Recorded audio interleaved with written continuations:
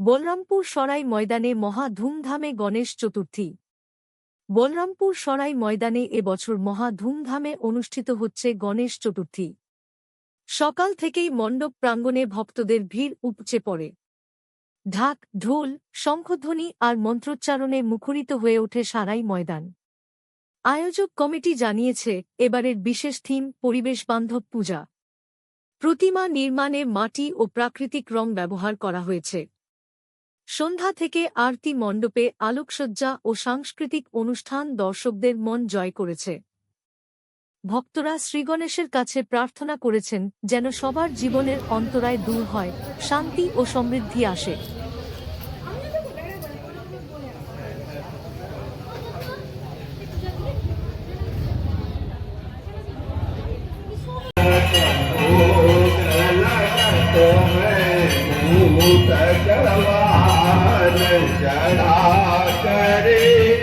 सौम्य रूप सेवा गणपति की, सौम्य रूप सेवा गणपति की, विघ्न भाग जा दूर पड़ी गणपति की सेवा मंगल में